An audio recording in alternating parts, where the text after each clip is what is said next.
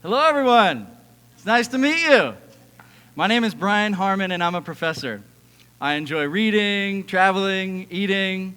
Most of all, I love hanging out with my wife and our son and our 2 dogs. So that was my small talk introduction.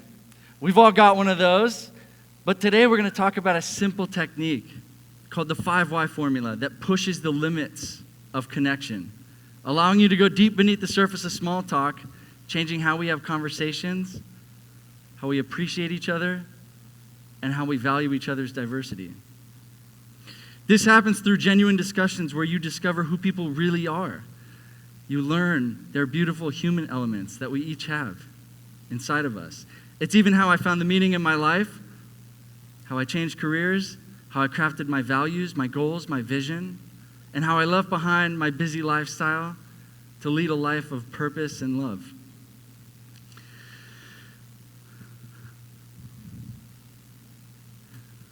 When I married my first childhood love, we came out here to the Caribbean and got married barefoot in the sand. We were young and we were happy, and I almost died. I'll tell you why. There's this thing called Snuba that gets its name from snorkeling and scuba combined. And the way it works is you've got this face mask on, connected to a hose up to a little raft that carries your oxygen tanks. So there's nothing on your back. There's just a weighted belt here that holds you down beneath the water. It looks like this. So we meet with a group, we gear up on the beach, and we dive in. I'm swimming, and a little bit of water sneaks in to the side of my mask. So I try to adjust it, and a little bit of water comes in again. I try to adjust it again, but it slips too far, and I inhale a ton of seawater, immediately vomiting back into the face mask. I can't get it off, so I struggle up for air. I finally get my breath.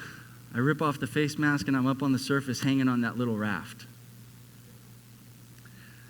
So I gain my composure. I start breathing normally again.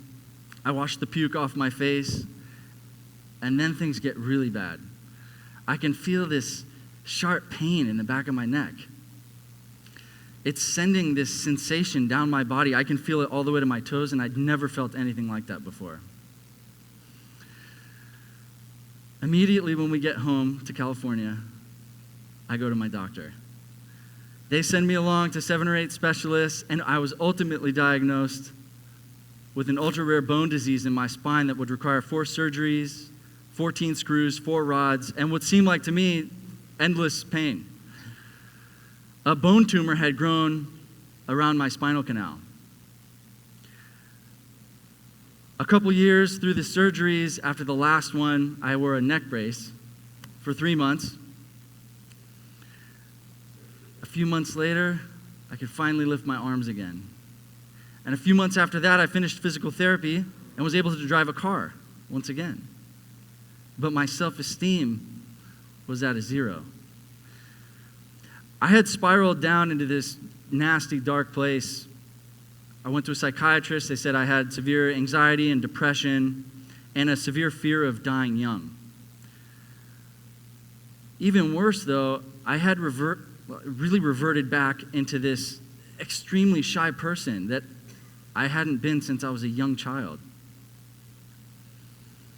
A year later, my wife, my wonderful wife, she puts me into these group sessions at the local hospital for pain and stress management. So I go to these group sessions, and I sit there, and I listen, and I listen, and I listen. I started to realize, though, my body had pretty much healed, but my state, my mental state of perpetual self-pity was nothing compared to terminal cancer or having a sick child, like some of the people there. We had these partner breakout sessions where you would talk one-on-one with someone. And in these sessions, I would just ask them why over and over again, because I was just trying to skip my turn. And if I just kept asking why, they would continue to talk. At the time, I was working in supply chain management, and I was studying to become a Lean Six Sigma black belt. This is a certification that professionals get if they want to help organizations eliminate manufacturing waste or reduce production defects. One of the tools in that program is called the 5 why formula. And how it works is you just ask why over and over again to get to the root cause of some issue you're examining. For example, let's say you've got a product quality issue and you figure out, oh, it was contaminating the product because of a leak. Well, what caused the leak? Maybe a temperature issue. So you see, you just continue down, digging deeper and deeper into the issue until you figure it out. That very same 5 why formula had manifested itself in my group sessions as a way for me to dig deeper and deeper into the personal struggles of others.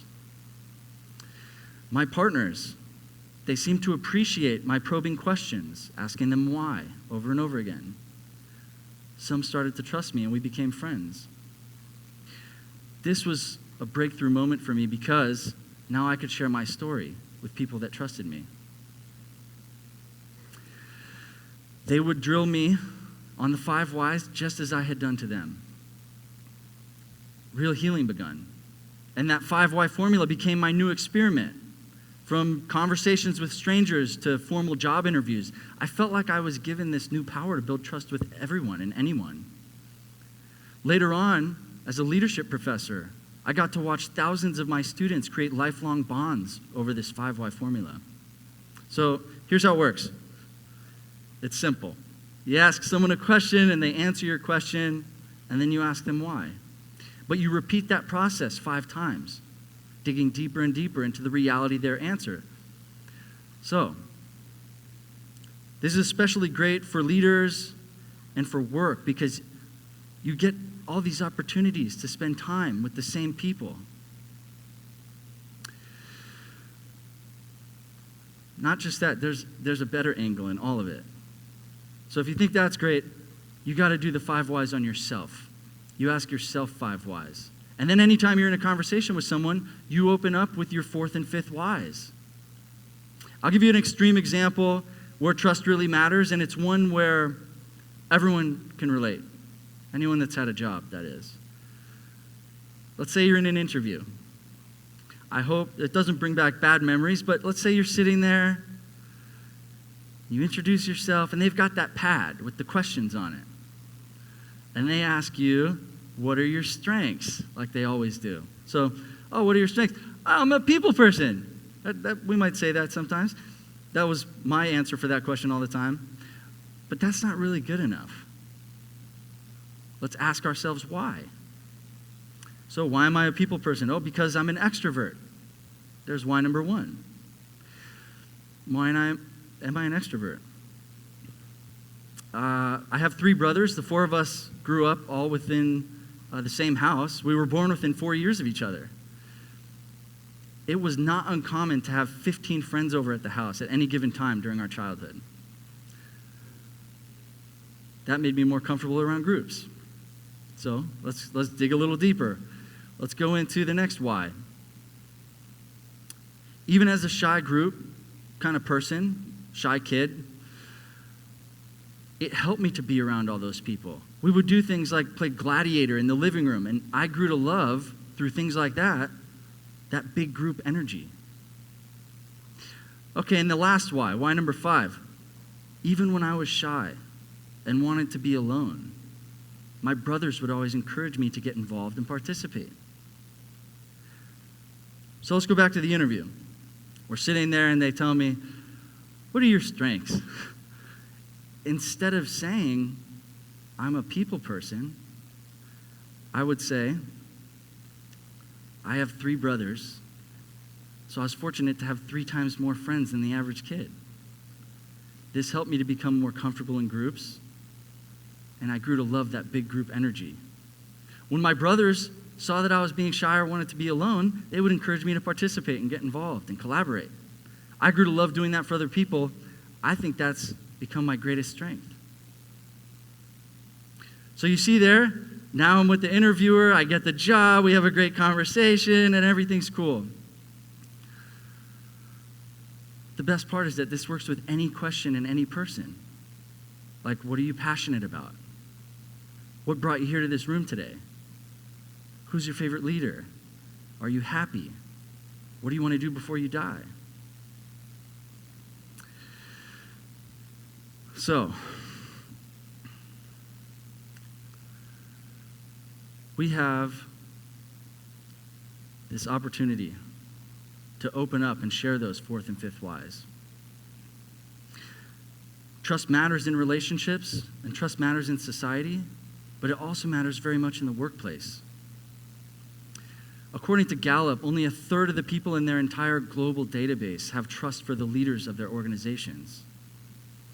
Dr. Paul Zak conducted decades of research. He wrote a book about this called Trust Factor, and he found a link between higher trust and higher organizational performance, higher employee productivity, higher employee retention. If you're leading others, you'd better know how to build trust. And great leaders do that through impactful interactions, in conversations, in listening, and in personal stories. It's been said that storytelling is the language of leaders. Dr. Zak's research has even linked storytelling to trust on a neurological level by measuring the release of oxytocin in our blood. Oxytocin has been named the trust molecule since then. I recently conducted a study of my own where I performed this 5 Why practice with people, and they partnered up and they were from the same work group. I wanted to see if the levels of trust went up as a result of this exercise, and I found that it did increase trust among leaders and their staff. Outside of all the great data, though, one executive said they learned more about their team in those 15 minutes than they had in the last 15 years. And that's a huge shift. It has a lot to do with this definition for trust. Robert Plutchik, a psychologist, said, you can feel these primary emotions at different levels, low, medium, and high. So you're in this 5 Whys. Let's say we're talking and I ask you a question. If you decide to answer that question, we've achieved what's called acceptance, first level of trust. It can look like a handshake, some small talk, even eye contact. Then you continue, why 2, 3, and even 4. This is where you can build some trust with someone, at least enough to open up both sides. Now, why number 5? This is the magic one. This is where you achieve admiration. That's the ultimate form of trust, where you can really trade empathy inside each other's relatable stories. Think of how many times you've been in a conversation, and if someone doesn't ask why, the conversation doesn't go anywhere. But on the other hand, when someone asks why, it's difficult not to engage.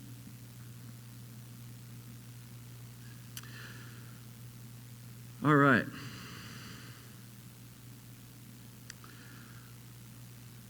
So we do the 5 Why with others, we do the 5 Why with ourselves. And we open up and we share those whys. Storytelling, like we said, it was the language of leaders. You might have heard this quote before by Mr. Rogers. He said, "There's not anyone you couldn't learn to love once you've heard their story." Stories are actually what make us human. Literally, thumbs for writing, writing for language, language for stories. If someone has a bit of sadness or stress, you have the power to transform their mood. Mother Teresa, spread love everywhere you go. Let no one ever come to you without leaving happier. Take a second and think about the people that you could connect with better at home, at work, or even in this room. We must learn who people really are. Inspire trust with strangers. Enhance that everyday small talk into authentic admiration and trust. So, I hope you'll practice these 5 Whys, because there's a reason why community and communication are the same word. It's because alone we are nothing. But surrounded by people and by trusting relationships, we become our strongest selves, altogether realizing that we were more alike than different all along. Thank you.